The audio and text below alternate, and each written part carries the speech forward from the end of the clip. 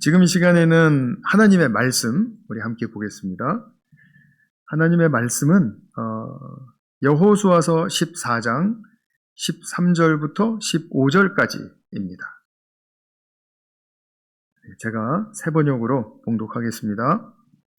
여호수아가 여분네의 아들 갈렙을 축복하고 헤브론을 유산으로 그에게 주었다. 그래서 헤브론은 그니스 사람 여분네의 아들 갈렙의 유산이 되어 오늘날까지 이른다. 그것은 그가 주 이스라엘의 하나님을 충성스럽게 따랐기 때문이다. 헤브론의 옛 이름은 기럇 아르바였는데 아르바는 아낙 사람 가운데서 가장 위대한 인물이었다. 드디어 그 땅에 평화가 깃들었다. 아멘. 제가 말씀을 위해서 잠깐 기도하겠습니다. 사랑하는 주님, 감사합니다. 오늘도 주님의 말씀 앞에 우리 모두가 섰습니다. 주님께서 열어주신 말씀의 그 메시지를 주님의 성령께서 우리 각자의 심령에 새겨주시고 또 꼭 필요한 메시지로 생명의 힘으로 전환될 수 있도록 도와주시고 인도하여 주시옵소서. 이 시간 주님의 성령께 우리 모두의 심령을 맡겨 올려오며 우리 구주 예수님의 이름으로 기도하였습니다. 아멘. 이제 여호수아서 우리 벌써 13번째 이제 강의 시간이 되었는데요. 여호수아서를 보시면서 이렇게 기억되는 유명한 인물들 좀 있으신가요? 여호수아에 나오는 유명한 인물들, 여호수아 민족의 지도자이니까 당연히 많이 언급되는 사람이고요. 또 누가 기억이 나십니까? 2장에 나왔던 갈렙은 너무 앞질러 가신 거고요. 조금 있다가 2장에 나오는 누구였죠? 라합이었죠. 라합. 이방 여인인데 하나님에 대한 그 믿음의 고백이 그렇게 정확하고 그렇게 절실할 수가 없었죠. 그래서 하나님께서 라합을 이제 불러들이셨죠. 그리고 또 아간이 있었죠. 다소 불명예스러운 우리 아간이었습니다. 그러나 우리가 아간의 죄를 볼 때 나도 저럴 수 있다. 우리가 저럴 수 있다. 라는 그것을 볼 수 있어야 된다라고 말씀을 드렸죠. 그래서 우리 모두의 공동체적인 회개가 일어나는 그런 아간의 이제 죄의 그 경험을 우리가 또 보았습니다. 그리고 이제 우리 집사님께서 말씀하신 갈렙, 이제 현대판 갈렙이라면 우리 기데온 형제가 아닐까 또 이런 생각을 또 해봤는데, 네, 우리 그런 가운데 이제 갈렙은 굉장히 이 여호수아서에서 중요한 인물입니다. 왜냐하면 여호수아서의 주제가 하나님이 주시는 유업을 받는 그런 과정을 담은 책이잖아요. 근데 그 유업을 받는 과정 속에서 그 유업에 대한 태도라든지 또는 유업에 대한 정신이 굉장히 하나님께 합당했던 사람입니다. 그래서 이 유업의 정신을 배운다. 그러면 우리가 갈렙으로부터 우리가 배울 수가 있습니다. 이제 14장에 들어와서 이제 갈렙이란 인물을 이제 만나시게 되었는데 여호수아서의 대주제인 유업에 대해서 우리 또한 어떤 측면에서 갈렙을 배울 수 있을까? 우리가 함께 이제 좀 고민하면서 우리 함께 살펴보도록 하겠습니다. 이제 요단강 이제 서편에 이제 가나안 땅인데요. 그 가나안 땅을 이게 지금 먼저 막 가 있는 것 같습니다. 조금 좀 뒤쪽으로 이렇게 해주시면 맞습니다. 그 가운데 위에 갈릴리 호수가 있고 또 밑쪽으로 이제 사해가 있죠. 그것을 이어주는 강이 요단강입니다. 엄밀하게 말하면 요단강 동편은 가나안 땅이 아니죠.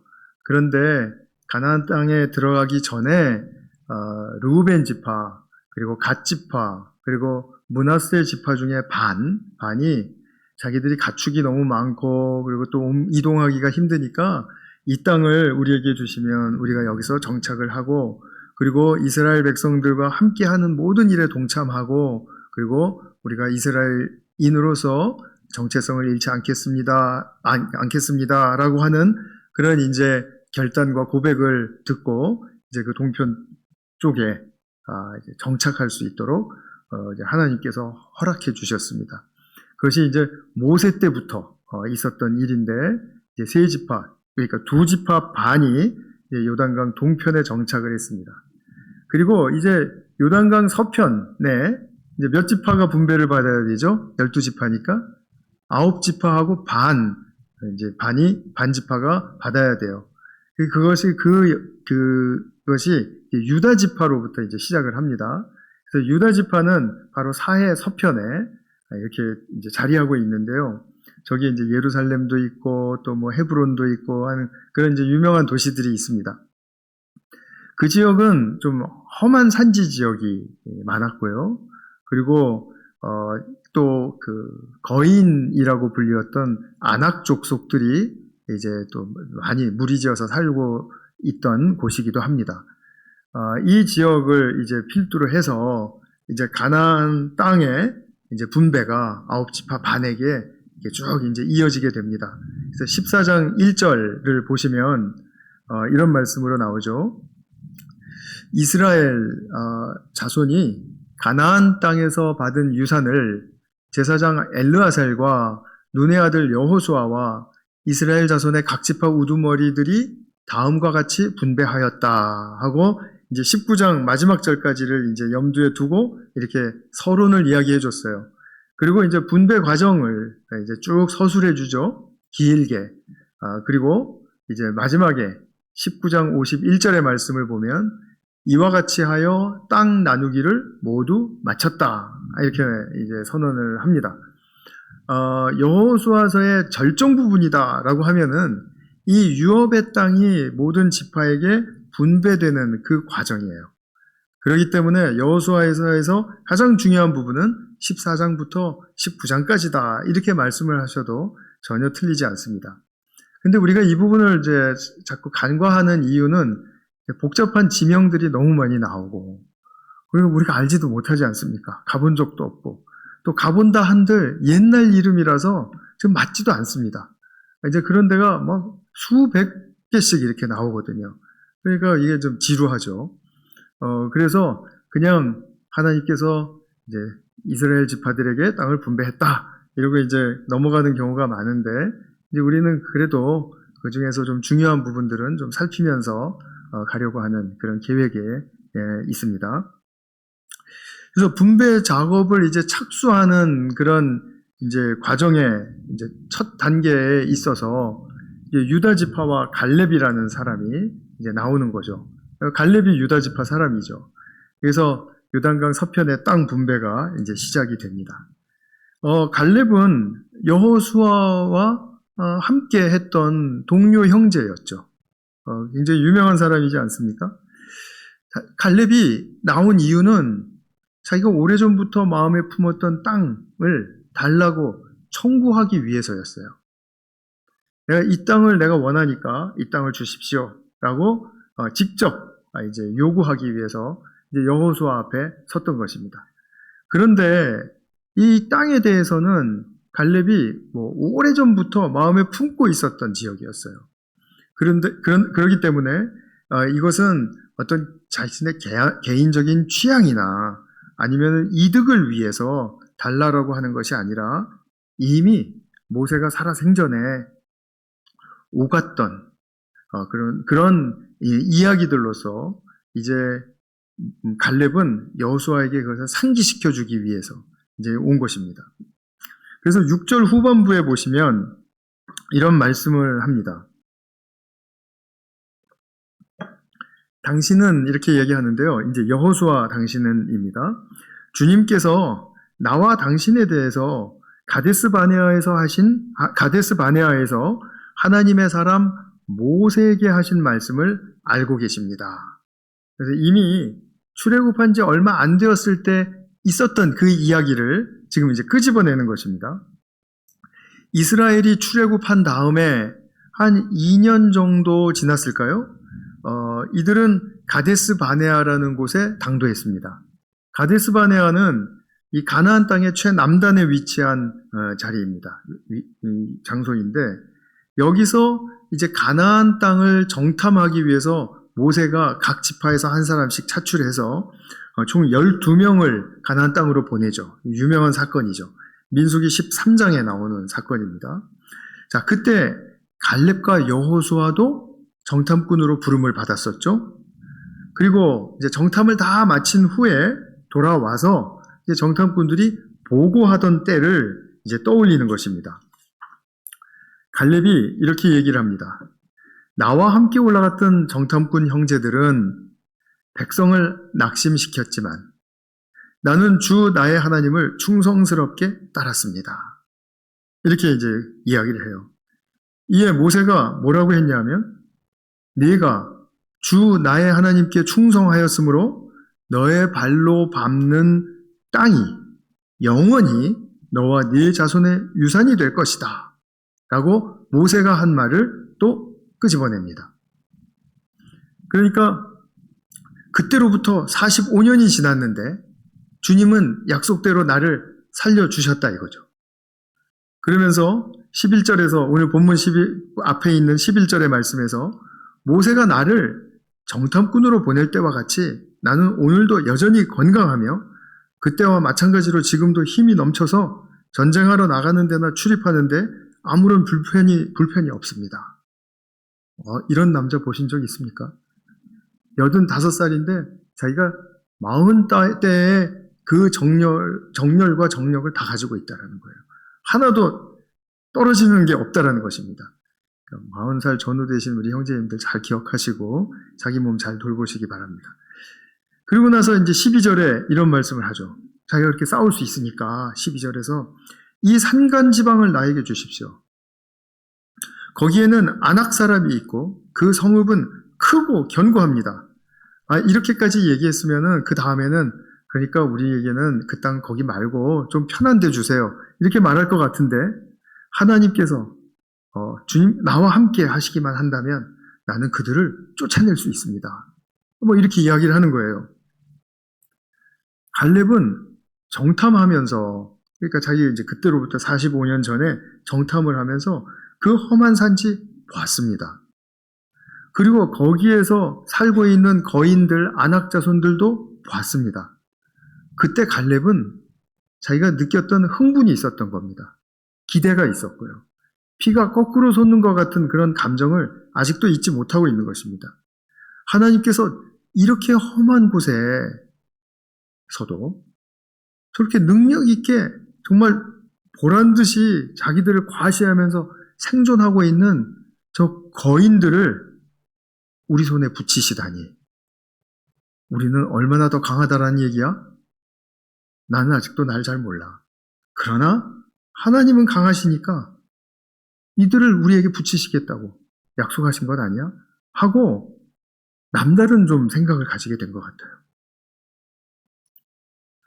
그래서 다른 정탐꾼들도 자기와 같은 그런 보고를 하기를 원했을 것입니다. 그런데 12명 중에 10명이 아낙 자손을 보고 겁에 질려가지고요. 절망적인 보고를 했죠.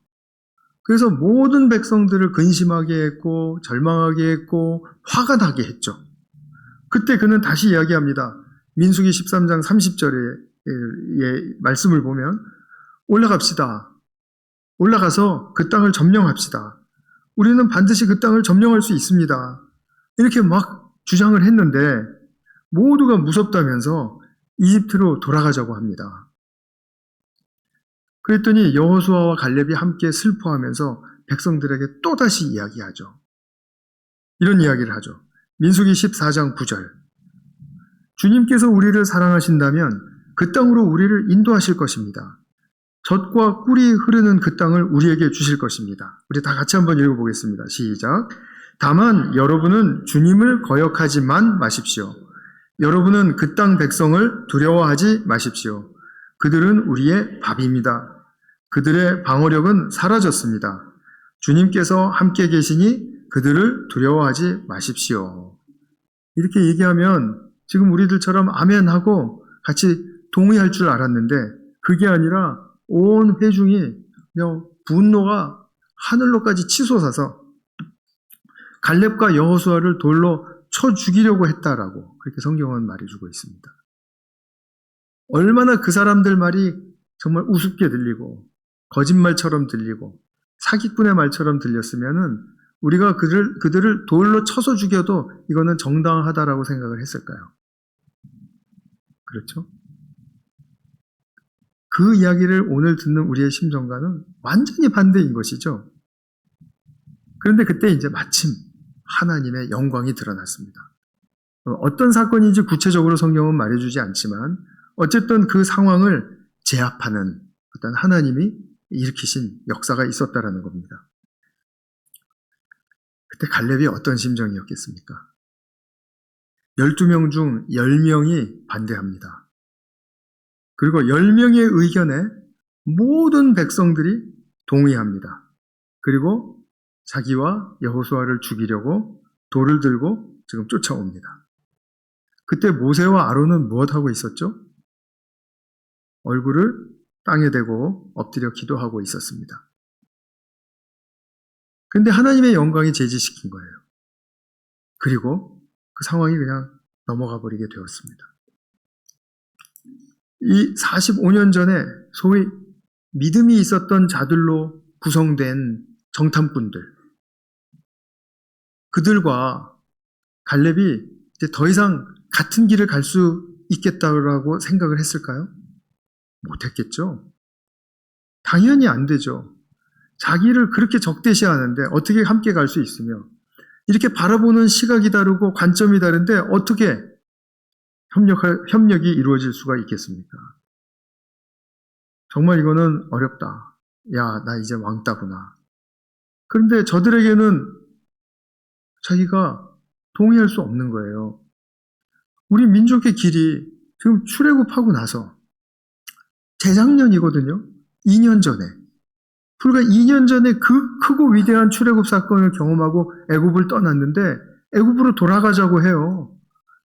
돌아갈 수 없다는 걸 갈렙은 너무나 잘 알고 있습니다. 그렇다고 해서 가나안 땅으로 올라가야 되는데 거기는 무섭다고 또 못 올라가겠답니다. 그러니까 이제 우리 민족은 어디에 있어야 되는 것이며 그럼 어떻게 해야 하는 것인가? 그리고 얼마나 고민이 되었겠습니까? 가나안 땅을 과연 받을 수는 있을까? 주님은 우리를 어떻게 이끌어 가실까? 이 번민이 갈렙에게는 적어도 38년이 지속되었던 것입니다. 38년.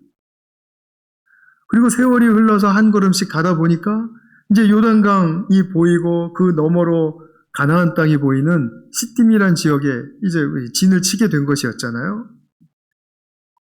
거기까지 왔을 때 드디어 갈렙은 얼마나 힘이 났겠습니까? 아, 됐다. 하나님의 약속이 이제 성취가 된다. 그리고 그 기대와 흥분이 다시 옛날에 그 하나님의 약속을 상기시키면서 그를 정말 일으켜 세워 놓으셨겠죠. 38년 기다려온 때였습니다. 그리고 가나안 땅에 들어가서 여러 해 동안 수많은 전쟁을 치른 거예요. 그리고 다 승리하게 하시는 하나님을 경험한 겁니다. 그리고 이제 쟁취한 그 땅, 이제 모두 장악했죠. 주권을 장악했어요. 그러면 이제 땅을 지파대로 나누기만 하면 됩니다. 그런 나누기만 하면 되는 분배의 그 거대한 프로젝트의 첫 시작으로 자기가 딱 여호수아 앞에 서서 나 아낙 자손 내가 쫓아낼 수 있습니다. 라고 이야기하러 지금 나온 것입니다. 용감하죠. 이 산간 지방에 살고 있는 아낙 사람, 자기가 45년 전에 봤던 사람들이에요. 우리가 11장 공부하실 때 이제 가사, 가드, 아스돗에 이제 아낙 자손들이 남아 있었다 이렇게 이야기했는데요. 이제 오늘 본문을 보면 헤브론에도 다수 남아 있었던 것 같아요. 사실 헤브론이라는 말이 옛날 이름이 기럇 아르바인데 아르바라는 것이 한 인물의 이름을 따서 만든 것입니다. 아르바가 바로 아낙 사람의 조상이었대요. 그러니까 아르바의 후손들이 이제 그 거인들이죠. 거인들이 이제 줄줄이 흩어져서 살게 된 것이었는데 헤브론에 이제 세세, 아히만, 달메 이런 그 이제 후손들의 가족들 또 족속들이 이제 살고 있었던 거예요. 그것을 이제 쫓아내겠다고 온 것인데 갈렙의 마음속에는 이 자들 45년 전에 쫓아내 버렸어야 됐는데 하는 생각이 들었겠죠. 그러나 하나님께서 살려만 주신다면, 자기를 살아있게만 하신다면 언젠가 이 산간 지방과 안악 자손을 반드시 자기 손에 넣고야 말겠다라는 그 결연한 의지는, 그거는 자기 스스로 만들어낸 것이 아니라 하나님이 주신 약속 때문이었습니다. 그래서 자기 야망이 아니었어요. 하나님께서 자기에게 주신 유업의 약속이었기 때문에 그런 것입니다. 제가 본문을 묵상하면서 이제 갈렙이라는 이제 인물이 이제 주 묵상 주제였잖아요. 근데 성도님들 혹시 교제하시다가 이렇게 보면 뒤끝 있는 사람들 만나게 되죠. 참 피곤하죠. 그죠? 옛날 일 자꾸 끄집어내면서 자꾸 안갚음 하려고 하고 복수심이 끓고 있는 것을 보여주고 막 이렇게 하면은 그러면 되게 피곤하시죠. 근데 좋은 의미로 뒤끝 있는 사람 한 사람 만났던 거 아니겠습니까? 갈렙입니다. 45년 전에 그 이야기를 기억하면서 지금 와가지고 막 줄줄이 이야기를 하면서 뒤끝 장렬이죠, 완전히. 근데 갈렙이 어떻게 이렇게 좋은 의미로 뒤끝이 있었을까요? 그것은 주님의 약속 때문이었어요. 주님이 주시겠다고 한 약속을 분명하게 확신했고, 그리고 또 하나는 무엇이냐 하면 하나님이 계속해서 나를 사랑하시고 우리 민족을 사랑하신다면, 그러면 결코 이 약속을 거두시지 않을 거다라는 그런 확신입니다. 주님이 약속을 주시는 것을 확신하고 나를 계속 사랑하신다면 이 약속을 거두어 가시지 않을 거라는 확신, 두 확신이 지금 갈렙을 이 자리에 있게 한 거죠. 그래서 하나님의 약속과 하나님의 사랑에 대한 그 신뢰, 이것이 바로 하나님의 축복의 유업을 포기하지 않게 하는 인간성의 기초입니다. 저는 이걸 굳이 신앙이라고 포장하고 싶지 않아요. 모든 인간들은 이 하나님의 약속과 사랑의 신뢰를 분명하게 믿고 표현하며 또 그것에 헌신하며 살아가도록 지어졌다라는 것을 믿기 때문입니다. 모든 인간은 그러합니다. 믿든지 안 믿든지 그 본연의 본질의 그 소명은 결코 사라지지 않습니다.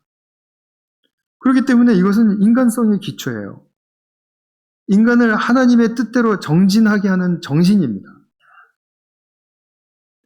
자신의 정탐 보고와는 정반대로 했던 그 동료들, 지금 갈렙 주변에 살아 있습니까? 한 사람도 없습니다.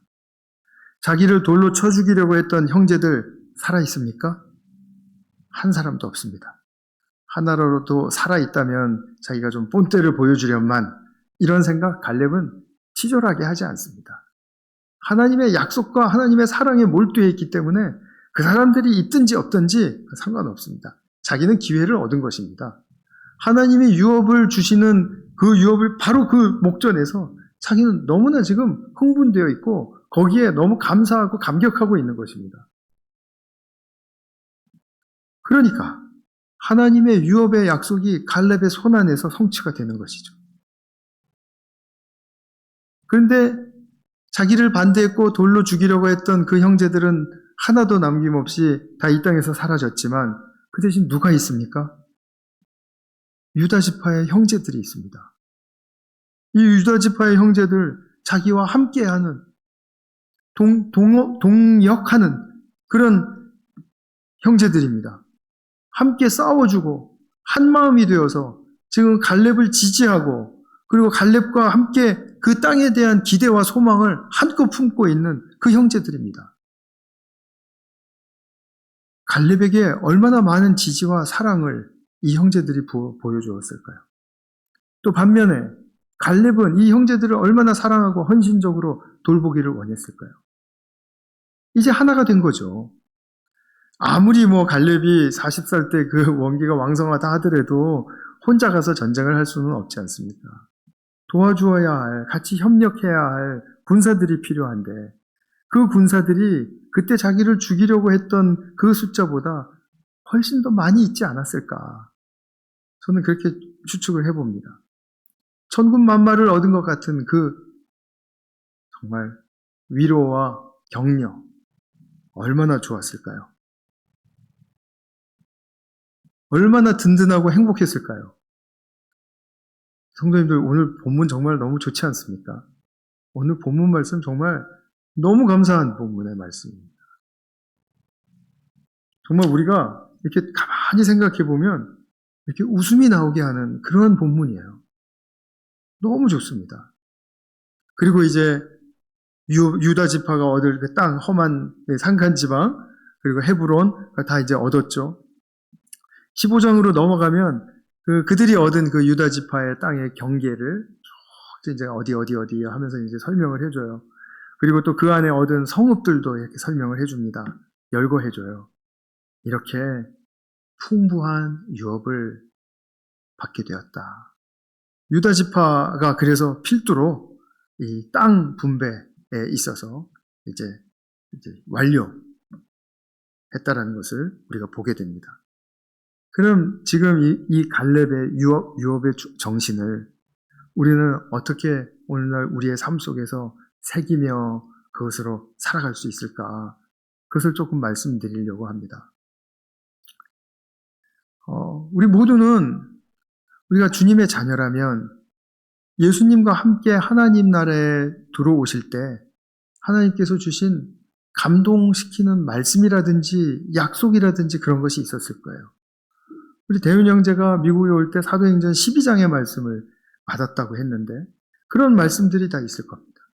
자기가 읽은 말씀이 아니더라도 설교를 통해서 들은 말씀이라든지 하는 그런 말씀들이 다 있을 겁니다.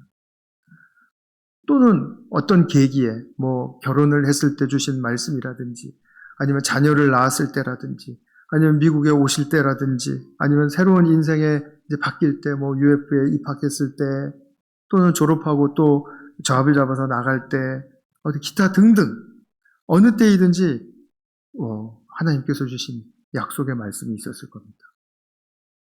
근데 그 약속의 말씀이 내가 항상 평탄하고 그리고 무난하게 가는 가운데 그 약속의 말씀이 생각나고 그 약속의 말씀을 계속 사모하게 됩니까? 그렇지 않죠. 우리는 누구나 다 자신이 얼마나 무능한지를 경험하게 되고 실패를 경험하게 됩니다. 내가 이거 바닥에 떨어졌구나 하는 것을 경험하게 됩니다. 내가 지금 뭐 하는 거지? 하고 자신의 삶에 대해서 회한을 느낄 때도 경험하게 됩니다. 그렇게 됐을 때 주신 약속의 말씀 어디에 있습니까? 내 가슴 속에 아직도 남아 있어야 되겠죠. 그런데 어떠한 처절한 상황과 실패가 계속 연이어서 이어지는 그런 반복적인 상황들이 연출이 되면 그러면 내가 그 사랑의 약속을 내 인생에서 슬그머니 일부러는 아니겠죠. 슬그머니 무시하게 되고 경히 여기게 되고 이것이 내 인생과 아무런 관계없는 것처럼 무효화시킬 수 있다는 것입니다. 내게 달린 문제입니다.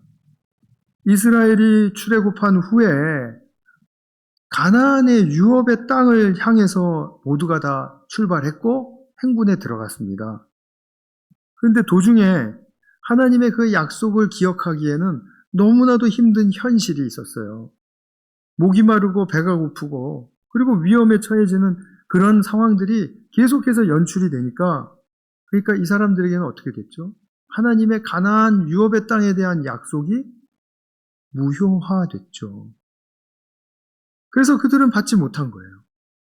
광야에서 그냥 떠날 수밖에 없었던 것입니다. 이렇게 하나님의 약속이 무효화되는 경우가 우리의 삶에 얼마든지 일어날 수 있습니다. 어떠한 상황 속에서도 그럴 수 있다라는 그런 말씀이죠. 그래서 우리가 갈렙을 기억해야 될 이유가 여기에 있는 것입니다. 하나님이 주셨다. 그리고 나는 하나님의 약속에 나는 충성한다. 이런 분명한 결의가 있었으면 그 결의를 돌이키지 않고 계속해서 묻혀 있을지언정 38년 동안 그러나 그것이 때가 온다라는 사실을 우리가 인생의 기회는 꼭 한두 번씩 누구에게나 온다고 얘기하지 않습니까? 그런 기회가 올 거라는 것을 또 기대하면서 하나님을 따라가는 삶을 사는 것이죠. 하나님께서 우리 주님의 피로 사신 모든 교회들에도 이런 여정은 해당됩니다. 하나님 나라에 사랑을 완성시키겠다라는 목표를 두시고 교회를 불러주셨습니다. 그러니까 교회는 어떤 약속을 받은 거죠? 우리가 교회를 통해서 예수 그리스도를 따르고 우리 교회 표어처럼 예수 그리스도의 형상이 이루어지는 그러한 삶을 살아간다면, 그죠? 거기 그런 삶에 헌신한다면 하나님의 사랑에 완성된 나라가 우리 앞에 분명히 우리를 맞이해 줄 것이다. 그거죠. 큰 약속이죠. 그런데 사랑은 무슨 사랑입니까? 지금 우리가 너무 힘듭니다. 급합니다. 우리가 이런 인원 구성 가지고는 안 됩니다.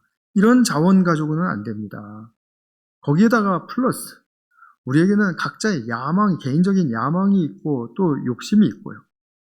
또 물질이 지배하는 시대 속에서 물질에 너무 노예가 되어 있으니까 모든 걸 다 물질로 환산해서 이게 생각하고 판단하는 것이 습관이 되어 있다는 말이죠.